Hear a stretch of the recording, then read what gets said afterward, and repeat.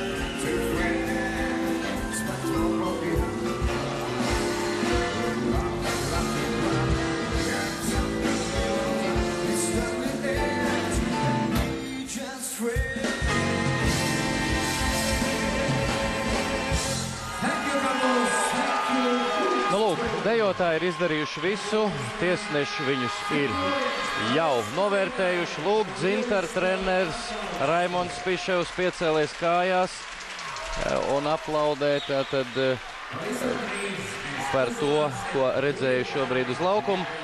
Bet tagad, protams, tiek apkopot rezultāti un finālā tiks tikai 6 pāri.